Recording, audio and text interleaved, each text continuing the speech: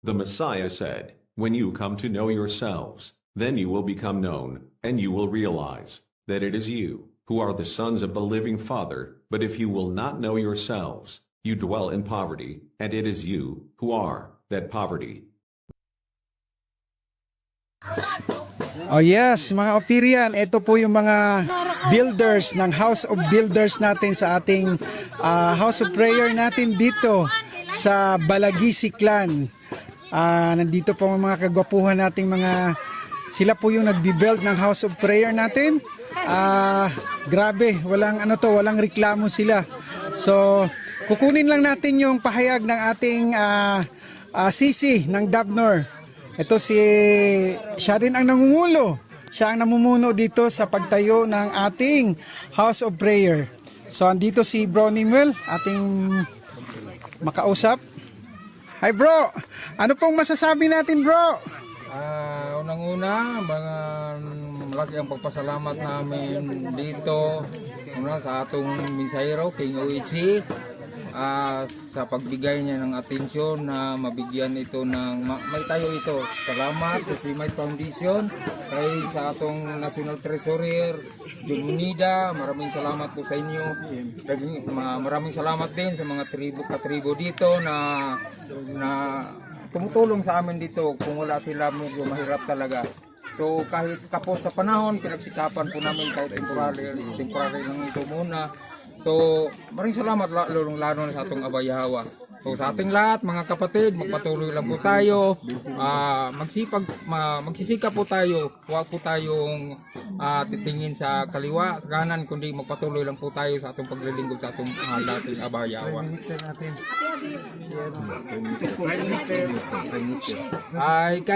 Nakalimutan ko pala kay sa ating Prime Minister, Bro Sinin. Maraming pong salamat sa inyong pagpursigi na mapokus ito.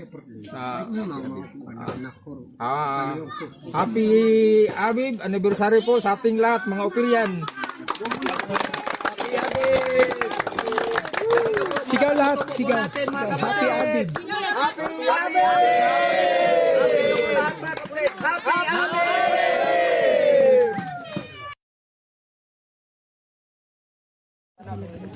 Happy Abib sa lahat ng mga Opirian sa buong mundo! Happy Abib! Happy Abib!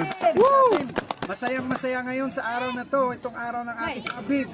So, nandito kami ngayon sa bundok ng Balagisi. Nandito ang Dabnor Balagisi Chapter. Tatapos na rin ang aming House of Prayer. Mga kapatid sa buong mundo, salamat King Oichi, Prime Minister BM Sinin. Natapos na talaga ang pangarap na fulfill na ang House of Prayer ng Dabnor Balagisi. At kasama namin ngayon ang mga kapatid nating mga katutubo. So salamat King Oichi, at sa araw na to, magsiselebrate po kami ng araw ng Abib. Happy New Year! Happy Abib sa lahat! Happy Abib!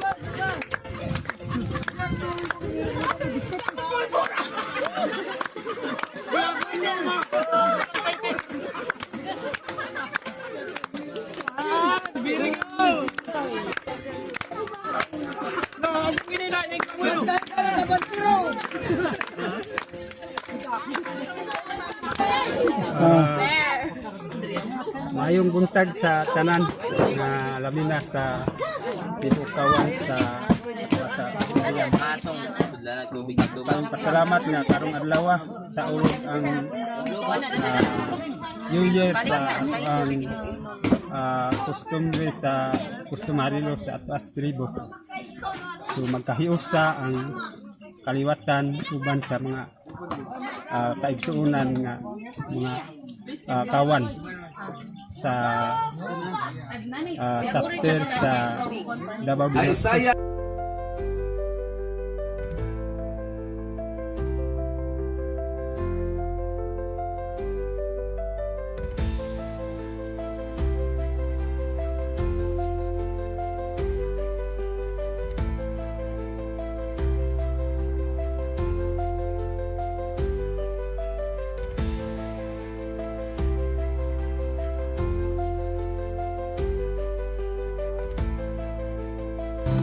Sayaw sa pagdaig, kalipay kong amo singit. Singit sa pagdaig, kalipay kong amo sugit. Nga ikaw balaan, tanang tribo, sa tibuok kanasuran. Tanan magaluhon, tanan magaday, tanan magasimba sa balaan mong ngalan. Abay Yahawa, among Misaya Yahawa siya'y di mayaon ta ang ngalan niya. Ang ngalan nga balaan, bayawon ta ang mga kamon sa pagdaig kaniya. Tanang tribo sa tibuok kanasuran, tanan magaluhon, tanan magaday, tanan magasimba sa balaan mong nangalan. Abay Yahawa, among Misaya Yahawa siya'y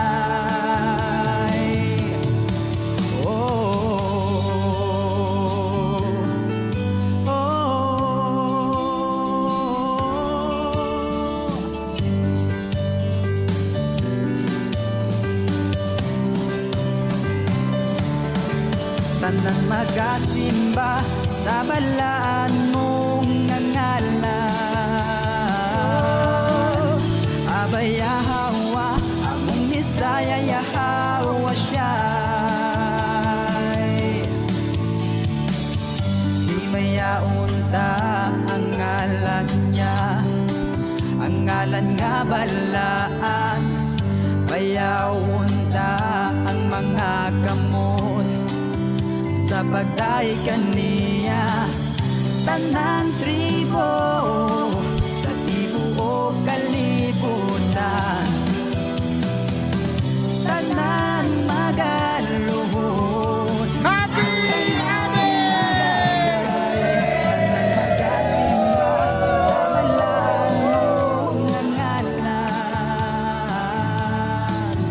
Abay Yahawa, among Misaya Yahawa siya'y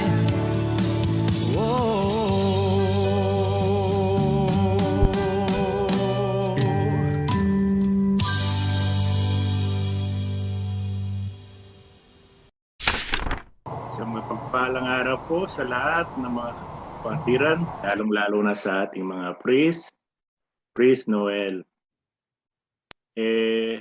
Ang aking pong katanungan tungkol po sa ating pag-concentrate ng tubig.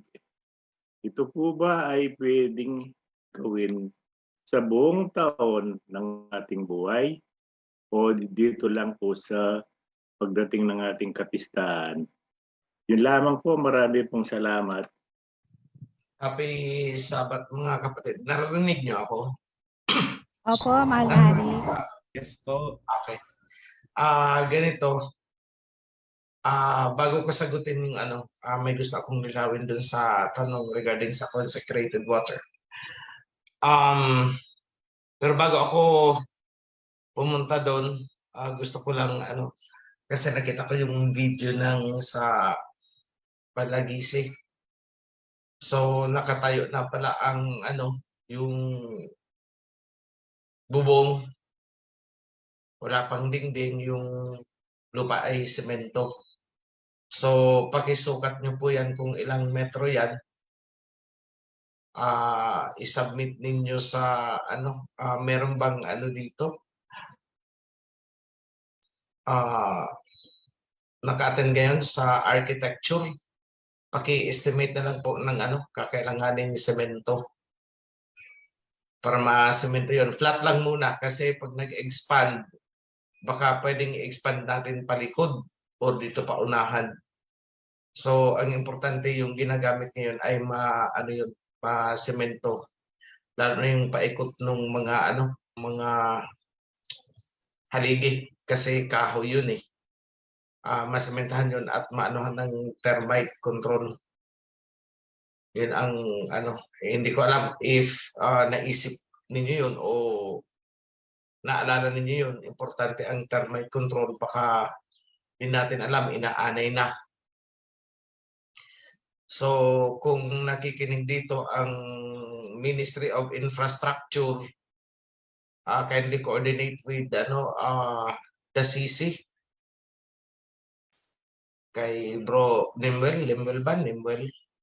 Kindly coordinate, maturuan regarding sa termite control and ipa-estimate yung sa semento doon.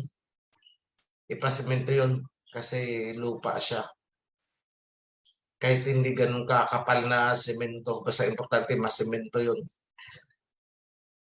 So yun lang ang ko doon, and I'm very happy. So para sa lahat dito na nanonood, marahil nagtataka kayo bakit ganun kabilis. Wala pang isang buwan, nakatayo na ang sa Balagisi. Isa lang po ang sasabihin ko. Kasi ang tribo na yun ay sumunod sa instruction namin. That is number 1. Sumunod sa instruction. Number 2, wala silang away-away doon. Walang mga conflict, walang mga disagreements. Talagang one voice, one command sila. Kaya makikita nyo ang resulta. Wala kaming naririnig doon na si Sisi ganito, si Treasurer ganito, si ganito, ganun. Walang siraan. Napakasimple ng kanilang samahan. Hindi complicated. So, para yung sa, if you still remember, Friendster ba yun o Facebook? Marital status nakalagay complicated. Sila hindi ganun ka-complicated yung kanilang mga relationships doon. So, merong sisi. Kung ano ang pagkukulang ng sisi, tinutulungan ng mga members instead na hahangarin na paalisin ang sisi. So, that is how they behave. That is how they interact. Kaya makikita ninyo, ganun kaganda, kabilis ang progress. So after na masemento ang dyan, then we will see what we can do para sa walling naman. Siguro ko cyclone na paggagapangan natin ng ornamental plants para pag umulan, it will serve as a curtain. Pag mainit naman ang araw, it will serve as a shade kasi walang kisame yung bubong. So I'd like the CC and other members siguro to have a conference with the infrastructure and architecture. So malaki matutulong dyan ni Mark Derrick for the planning. Tingnan, kunan niya ng video yun. Then after that, I'd like kung gusto ng tribe, siguro ko tulungan natin for an animal dispersal.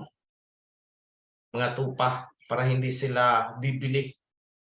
Di kailangan bumili ng mga panghandog. So, animal dispersal. Napakalawak ng lupain. So, kahit tupa, kambing, pwede doon. So, I just don't know about the source of water. Yun ang titingnan natin. But, it should be on the pipeline. Napakaganda kasi mga kapatid, napakagandang tulungan ang mga chapters na walang hidwaan at sumusunod, marunong sumunod. So, yan ang I'd like the Balagisi tribe to be a sample, a model, not only among the fellow tribes, hindi lamang para sa mga fellow tribes, kundi sa mga chapters. Tingnan yung Balagisi, oh.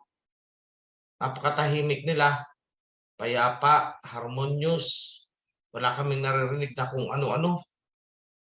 Simpleng pamumuhay, what you see is what you get. Ganon sila eh.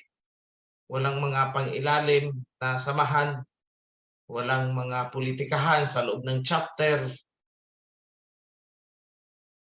Kaya tingnan nyo, ang bilis. Less than 1 month yata yan. Kung hindi ako nagkakamali, less than 1 month. May nakatayo na house of prayer. So, I want that to be further improved. Tapos lagyan ng reinforcements kung kinakailangan, ipakita natin sa kung anong pwedeng gawin doon. Then after the cementing, livelihood, Sisioli, if you are there, pag-aralan natin kung paano sila makakapagano, and if somebody, kung nandito ang Secretary of our Ministry of Agriculture, Animal Husbandry and Fishery, meron tayo niyang kindly take a look doon sa situation ng Balagisi and determine kung ano ang pwede doon. So, livelihood program ang susunod dyan, so that they will have additional income. And furthermore, parang kahit yung panghanda-handa nila, hindi na problema. Kahit mga bata doon, pwedeng magbantay ng mga animals. Then after the animal husbandry, titingnan natin what the Ministry of Education can do for that tribe. So alam niyo ang bilis ng ng pipelining natin, mga ganyang projects. Kasi hindi nag-aaway-away yung mga chapter members. Pero pag kayo sinagilian na, may nag-aaway-away na, may nagkukura, wala yung loyalty, nako, ewan ko, mawawasa kayo. But look at this tribe. Hindi sila nakikinig sa kura. Pag sinabing block them off, block off. Pag sinabi, huwag niyong kakausapin mo yan, hindi nila kakausapin. So ayan, tingnan mo. Ang bilis. So I want that to be a model sa lahat ng chapters. Wala pong favoritism yan. Kaya lang kasi ako, matuwain ako pag nakikita kong nagkakaisa, talagang tulungan. Ang sarap tulungan. Pero pag ang chapter medyo hindi maganda ang samahan, teka lang. Siyempre, ganun yun eh. Kasi papatayuan mo ng house of prayer, tapos mag-aaway-away. O tapos ang gagawin, amin itong isang haligi, inyong isang haligi. Hindi pwede yun. So, while I was looking, I am reminded of the time that I made the decision. I want this tribe to be assisted. At hindi ako nagkamali. Andyan yung output. Transparency. Ang liquidation, mabilis. Nagpadala ng 50,000. After a week, andyan ang mga resibo ng 50,000. O sige, ang bilis ng pag-release ng kasunod. Kung susundin ninyo, actually, I did not expect na ganito ka-smooth ang cooperation ng tribo, ng Dab North. Hindi ko in-expect na ganun. Akala ko mahihirapan kami habang nag-ano kami ni Bro June. Bro June, kumusta ang na yan, project? Ay, okay naman po. Pag pagpadala ko, andyan na yung sige. Pag walang liquidation, huwag mong ipapadala yung susunod na budget. I-hold mo. At ako'y natutuwa at talagang yung CC, tinandaan niya yung sinabi namin ni Bro June. Pag kami nag-release ng pondo, ipadala ninyo ang liquidation. Pag hindi kayo nag-liquidation, huwag kayong aasa na may darating na susunod na pondo. Righteousness ang tawag dyan.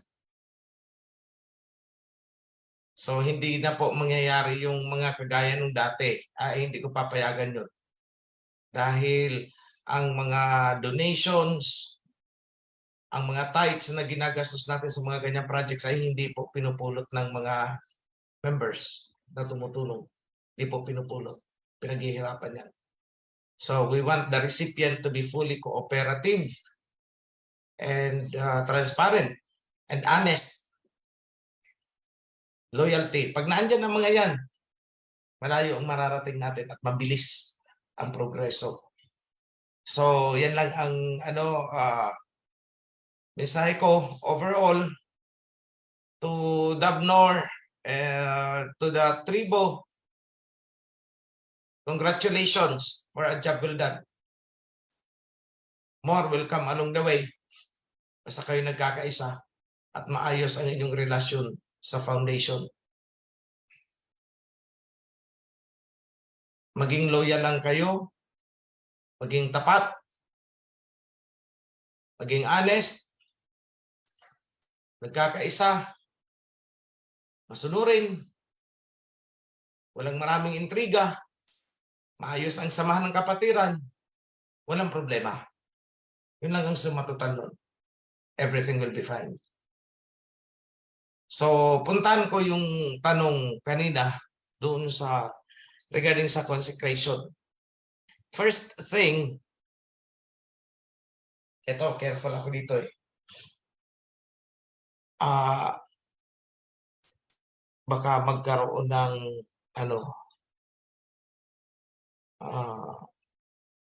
misconception. Yun ang iniiwasan ko. Unang-una, yung living water na kinoconsecrate natin is for the purpose ng Passover. And ginagawa ito once a year. So, nandun po yung yung biblical application. No more, no less. Ang purpose is para sa Passover.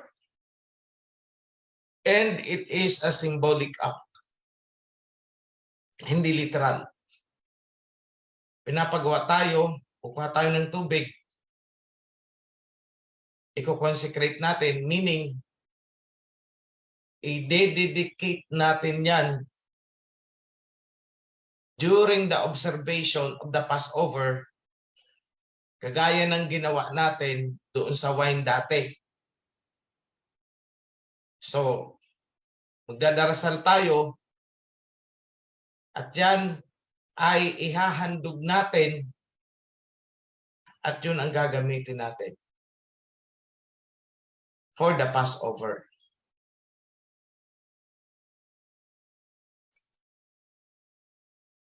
And we need to do it at least once a year. Actually, once a year.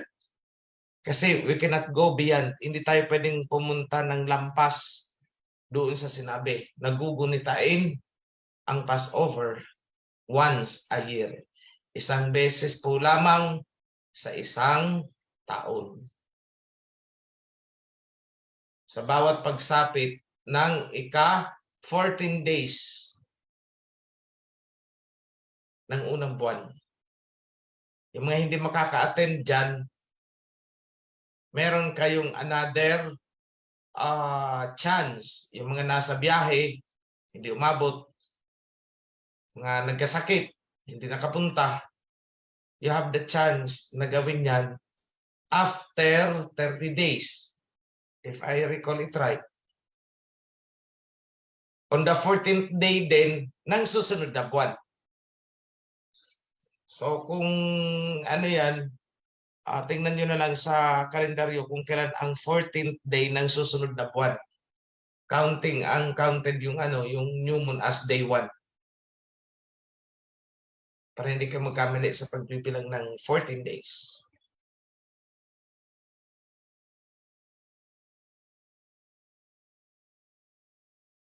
So yan po ang yan po ang inaano ko, yun lang ang gusto kong i-point out. Sana mga kapatid, hindi tayo darating doon sa punto na may magbobote-bote ng consecrated water, kuno, at ang iba ay binibenta na dahil nagmimilagro na. Huwag pong ganun. Huwag po tayong aabot sa ganun. So I'm just being careful. Baka makagaya yan sa tungkod. Ngayon, yung tungkod sa ang tungkod ni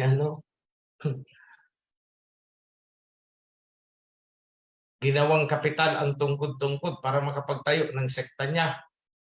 Wag po. Baka mamaya mangyari na ginawang kapital ang tubig-tubig, consecrated water, para magtayo din ng sekta. Wag po ganon. I'm not saying na ang sinasabihan ko lang dito ay yung nagtanong hindi po yung nagtanong lang. Actually, I am thankful na nabuksan niya yun. At nakita ko yung tendency ng iba. Pwedeng mangyari So ito ay paunang paalala ko. Paunang paalala. Ngayon, kung gusto ninyo na ang consecrated water ninyo, kunwari isang jar, hindi nyo naman mauubos yan sa Passover lang. At kung gusto niyo na pag nagkikita-kita kayo sa bahay-sambahan, yun ang iinumin ninyo, here is my suggestion. Wala pong masama dyan. At yung Torah is silent about that. It is silent. Ibig sabihin, walang pinagbawal na ganun. So ito ang klaruhin ko. Yung matitira, pwede ninyong ilagay sa isang malinis na container. At yun ay dadagdagan nyo na lang ng dadagdagan.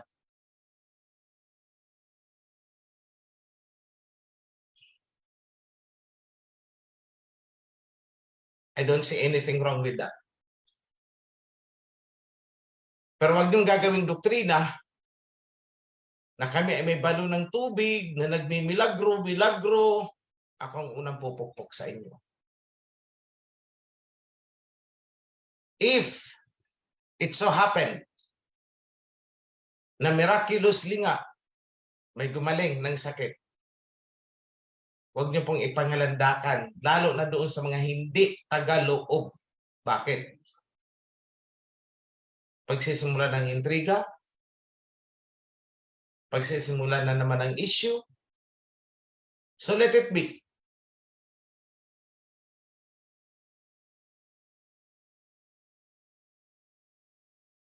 So, yung mga dating nasa sorcery dyan, na nagbago na, please, huwag na po ninyong balikan ang sorcery. Nasabihin nyo meron kayo may mahiwagang tubig na bumuhos mula sa langit at nagbimilagro. At ako'y manggagamot na. Huwag po ganon. Huwag pong ganon style. Dahil kung anong gagawin ng isang member sa atin, that will reflect to all of us.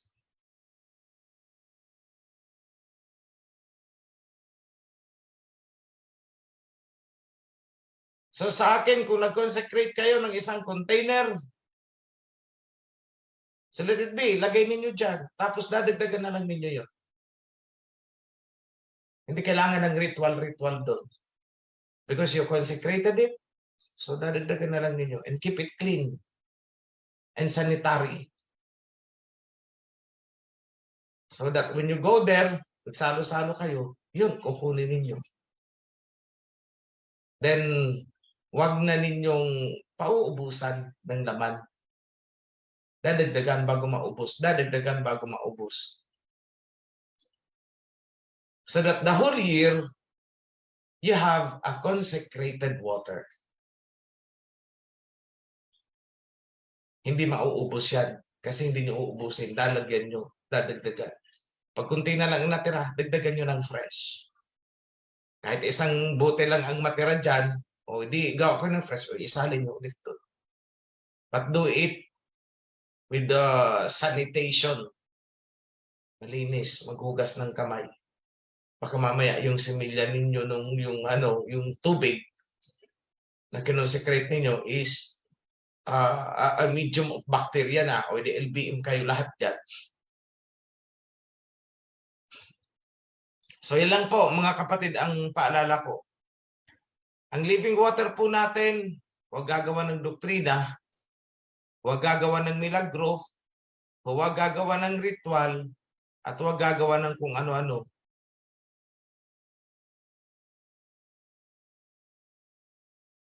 Ulitin ko, I'm very thankful doon sa nagtanong kasi nabuksan. At least may nakita akong possibility na oo nga naman, posibleng mangyaring gano'n. But this is not exclusively for him.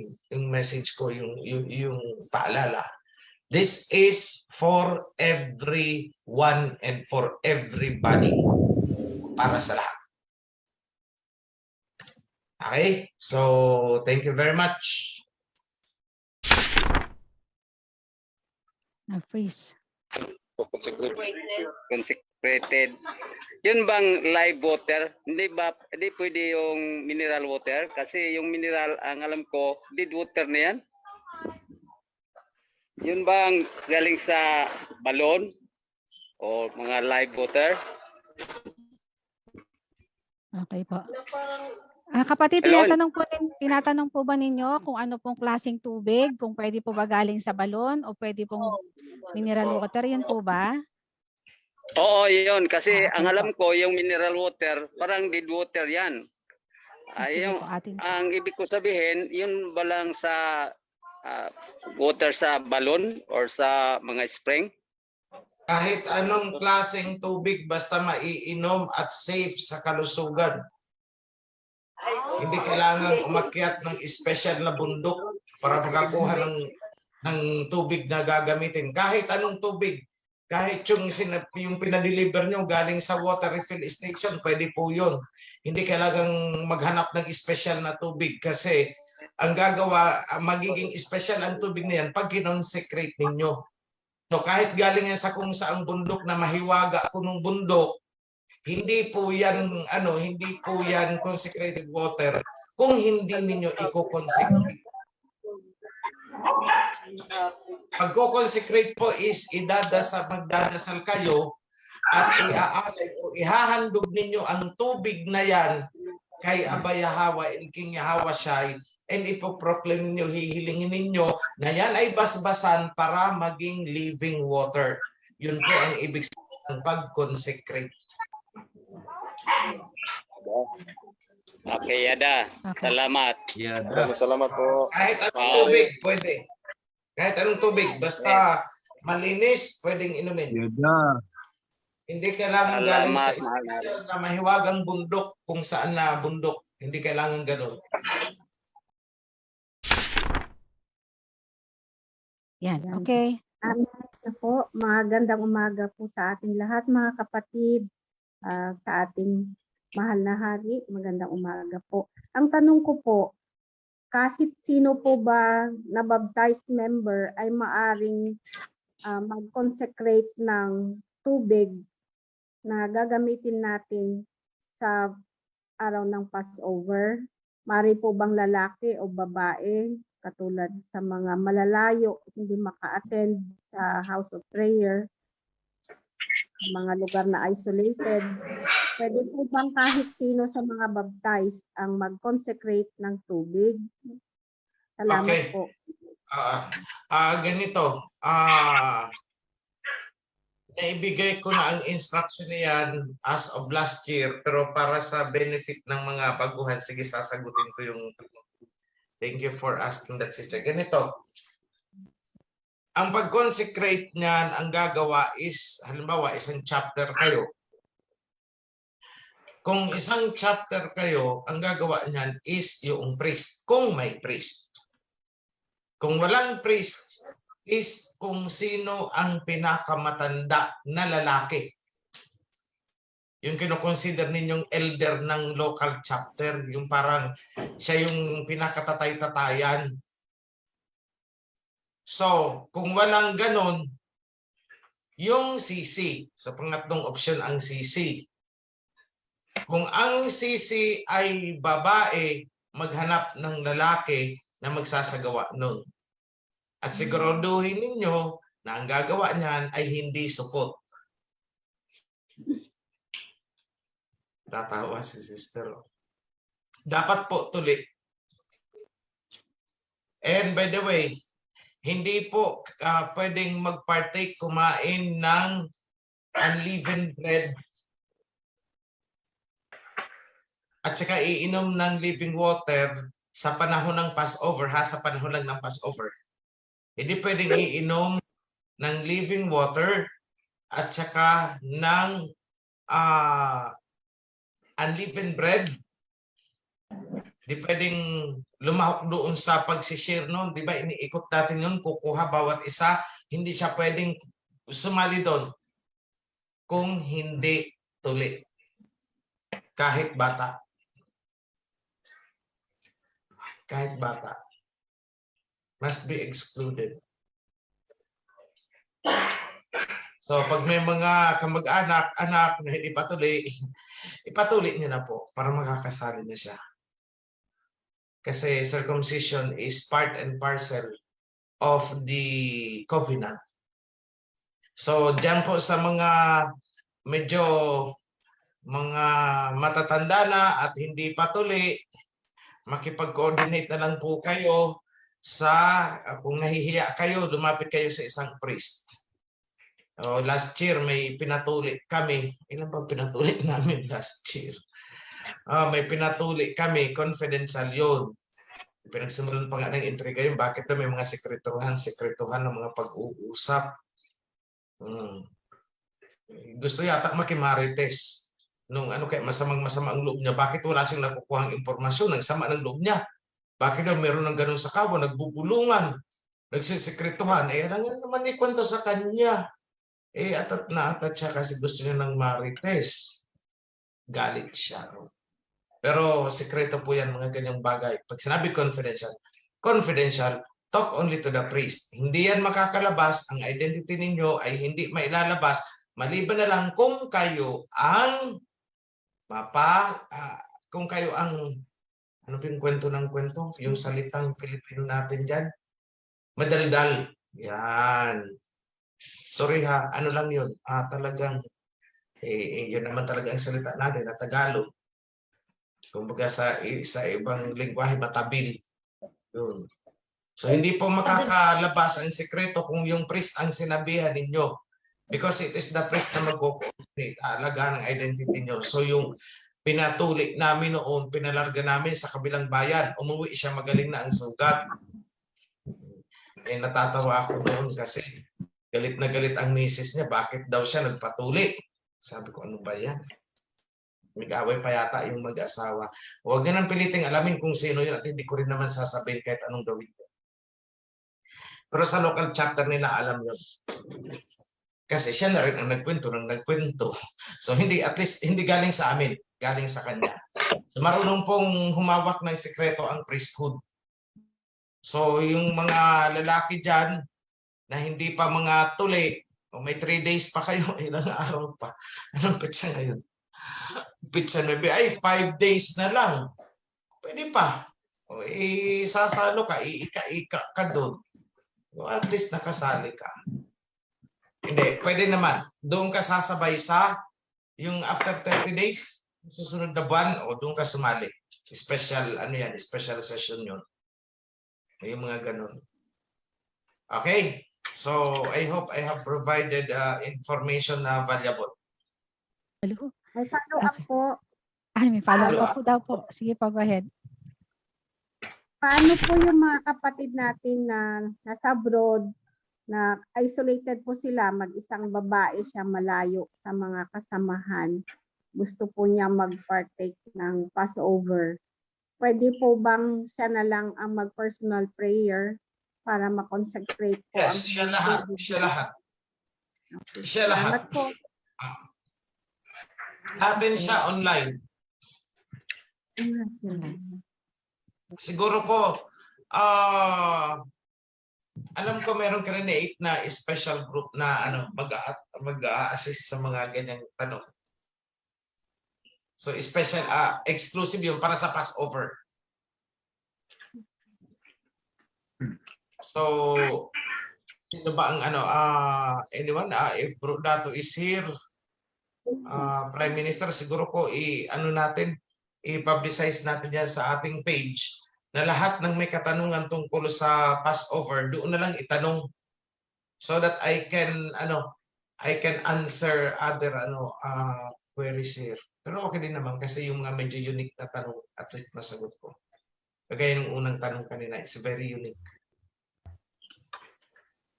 So yun lang, sister. Okay po. Maraming salamat po, mahal na hari. Teka lang, may kailangan pa pala akong i-address. Wait lang po, ito. kapatid. Sige po, mahal na hari.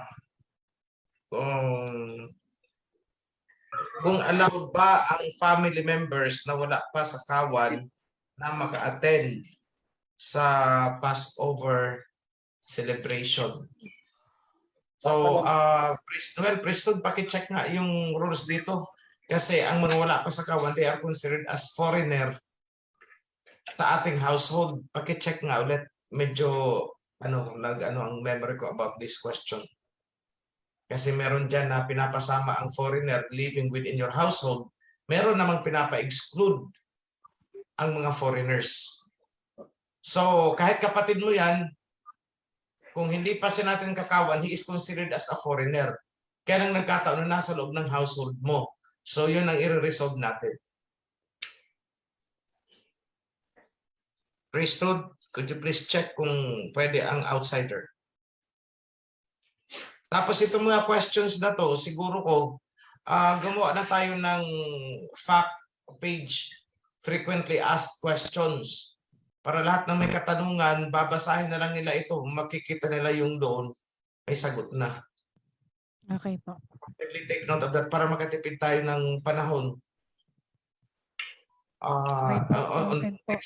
Kasi next year, malaki ang membership na natin. Maraming magtatanong. Pero bago sila magtanong, tingnan, basahin muna ang FAQ natin. Yes po, mahal na hari. Baka Okay, for nasagot that na po. Mahal na mga priest, meron pong inasasagot ang ating mahal na hari. Sino pong available na priest natin? Priest Noel, nandiyan ka pa ba? Priest Noel. May nag-text sa akin, makakahabol pa ako sa tuli. Yes po, kapatid. Ay, from the book of Sige po, Priest Noel. ayan po sa book of Matthew. From the book of Matthew 25 verse 35. For I was a hunger, and you gave me meat, and I was thirsty, and you gave me drink. I was a stranger, and you took me in.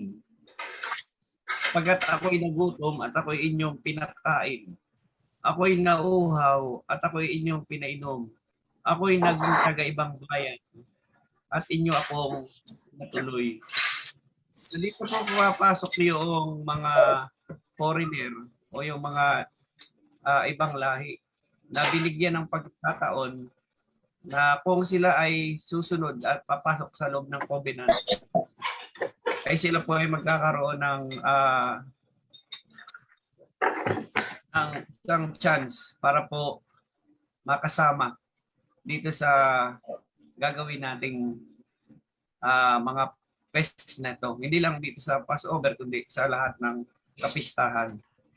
So yun po ang mahalaga dahil sinabi po ni King Yahushua na sapagkat ako'y nagutom at ako'y inyong pinakain, ako'y nauhaw at ako'y inyong pinainom, ako'y naging taga-ibang bayan at ako'y inyong pinatuloy.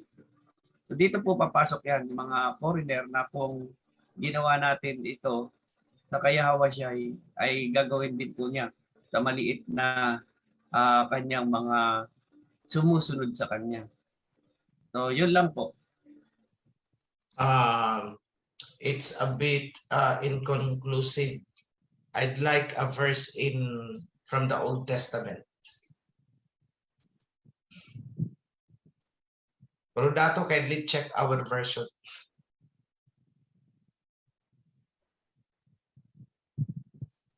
Check Passover.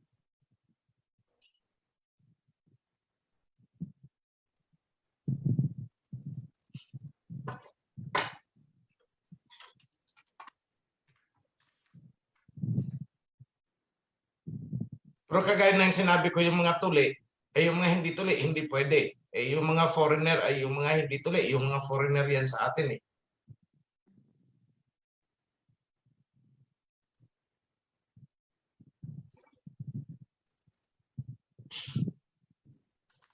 Ang katanungan, alam ko napakarami po natin Babalikan katanungan. natin yan mamaya. Yes po. Regarding po dun sa video po ni King Oasis na Back to Eden, sinasabi po na magdidilim daw po ang langit, matakpan ng usok ang araw. Ang tanong ko po ay, ahantong po ba ito sa nuclear winter? Ano po ba ang dapat namin paghandaan kung sakaling sa oras na ito maganap na ito? At kung saan po ba ang pillar of fire, meron po ba tayong makakain at ligtas po ba tayo makakasunod? Makakasunod po ba ang mga hayop sa atin dahil sa init ng pillars of fire? Yun lang po, mahal na. Salamat. Okay. Bago ko sagutin yung tanong, no foreigner may eat the Passover meal. Wala, hindi pwede ang hindi baptized because they are foreigner. Pag hindi pasok sa covenant, they are considered as a foreigner because the kawan is defined by the covenant. So kung hindi pasok sa covenant, hindi sila pwedeng mag-partake. That is Exodus chapter 12, verse 48. Yahweh said to Moses and Aaron, these are the regulation for the Passover meal. No foreigner may eat it. Any slave you have bought may eat it after you have circumcised him. But a temporary resident or a hired worker may not eat it. So yung slave mo lang o katulong mo sa bahay ang pwede, pero dapat circumcised siya. Pero yung temporary resident, bisita lang ninyo, hindi pwede. Pero yung slave na binili mo, pwede. So wala naman ang slave na binili ngayon. Hindi na uso itong bumibili tayo ng slave. So therefore, yung katulong is considered as a foreigner in your household. Hindi pwede din. Kasi iba ang provision kasi sa any slave you have bought. So this does not apply pala doon sa ordinaryong katulong natin. So we will stick to the rules. Ito, 48. A foreigner residing among you who wants to celebrate the Passover must have all the males in his household circumcised. And he may take part like one born in the land. No uncircumcised male may eat it. The same law applies both to the native born and to the foreigner residing among you. So halimbawa, may foreigner sa atin, kailangang magpa-circumcise lahat ang members niya, ay household niya. So we have a dilemma here. Kasi may mga may mga member tayo ng kawan na talagang strong resistance yung family. So this could not apply. Ito ay kung willing magpa-circumcise, assuming. So magpa-circumcise kayo. Pero kung nandun na, alam na nila ang covenant, pero talagang ayaw, then we will only accept yung actually hindi na nga pala foreigner yun kasi member na natin eh. Sorry. So for outsiders lang ito talaga. Outsiders, hindi pwede, maliban na lang kung siya ay makikibahagi sa covenant at siya ay tuli. So to play it safe, huwag nang isali ang foreigners. Yung mga baptized lang talaga ang isasali dito. Provided tuli.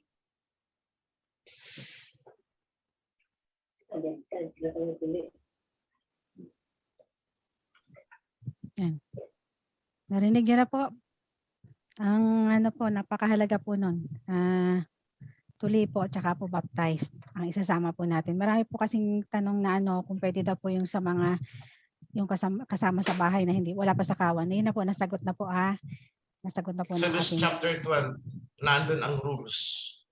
O yan po. Sa Exodus 12:48 po, pakibasa niyo na lang po at naroon po yung kabuuan ng ng kung sino yung mga dapat mag-partake at hindi. Okay po. Chapter 12. Yeah. Buong chapter, basahin nila yun. Okay. So Exodus chapter 12 po, buong chapter po. Basahin po natin iyon para po sa kaliwanagan po ng ating pong selebrasyon na ito kasi napakahalaga po nito. Okay po. Mahal na hari, sasagutin niyo na po yung sa po. Kay tanong po ng oo nga. Magkakaroon ba ng nuclear winter? Oo. Kasi siyempre pag nagkaroon, makokoveran ang init ng sinag ng araw. So, yung temperature is magda-drop. Pag nag-drop, yung temperature natin, kahit ang lugar natin ay walang winter, biglang magkakaroon ng winter. But does it include anong preparation?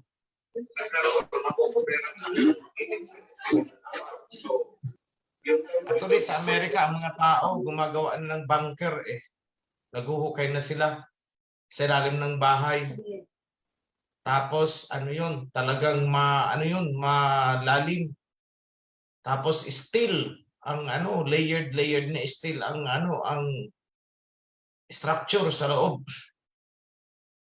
Doon sila nag-i-stack ng pagkain para pag nagkabombahan ng nuclear, may pupuntahan sila. Pero naman ganun, pag nabulsay ka, ay ka pa rin. Tunaw ka doon sa loob para kang hinorno doon. So it's not guarantee na yung mga bunkers. Ngayon, effective lang ang bunker kung medyo malayo ka sa ground zero. Na kumbaga tilamsik na lang ang aabot sa iyo. Pero kung ikaw talaga ang nahulugan sa ibabaw mismo ng bubong ng bahay niyo, wala, tunaw ka, ilalim yan. So it's no guarantee. So kung magkakaroon ng nuclear winter, anong preparation? Dapat marunong kang magpag-eat. Ano yung magpag-eat? Yung magparikit ng apoy, kahit walang posporo, walang etc. Yung pinapakuskus lang. Dapat you should know about that. Survival skills yan. Kailangan mo dyan. And the best preparation is pray to invoke the promise of Abba Yahweh for protection. Kasi pinangako niya yun na I will surely protect you. Yun, ang best preparation dyan. Kasi kahit anong gawin natin, without divine intervention, ewan ko kung magsasurvive tayo pag pinag-usapan ang nuclear bombings talaga. So yan ang sagot ko. Still, the safest place ay yung ating sariling bansa. Kaya lang nakakalungkot. Ang boto natin to condemn Russia is yes. Nasa pamunuan natin, ewan ko kung sino ang nag-ano ng yes niya. Isa tayong bansa sa nag-ano na matanggal sa United Nations Human Rights Council ang Russia over the alleged human rights violation which are actually propaganda. So I don't know kung gaano ka-aware ang ating government. Sana nag-neutral na lang. Sana nag-abstain na lang. So I don't know what is happening sa ating bansa. And considering we are under Duterte administration right now, pero bakit nag-yes, condemn Russia?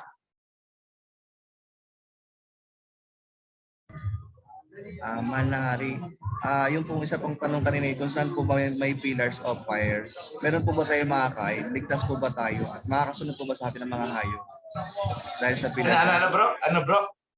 Doon po sa ano po sa Pillars of Fire po, meron po ba tayong makakain sa panahon na yon? Magkakaroon po ba tayo ng Pillars of Fire? O ito po ba yung artificial sun ng China? Yun lang po, yung mga hayop po ba makakasunod sa atin dahil sa Pillars of Fire? Well, sa akin kasi hindi ko pa masasagot yung yung regarding sa Pillars of Fire. Kasi ibang protection naman ang gagawin sa atin. Pillars of Fire nangyari yan noon sa Ancient Egypt. Nung panahon ng Ancient Egypt, nung lumabas ang mga Israelites. But now, it could be different. It could be different. So, yan lang ko. So, it's too soon to anticipate. Wala akong makapa na instruction sa aking diwa pertaining to your question. So, wait and see tayo. If there is any divine instruction, then I will let you know. Kahit hindi kayo magtanong sa akin, I will release it. Maraming salamat po, mahal na hari. Okay po.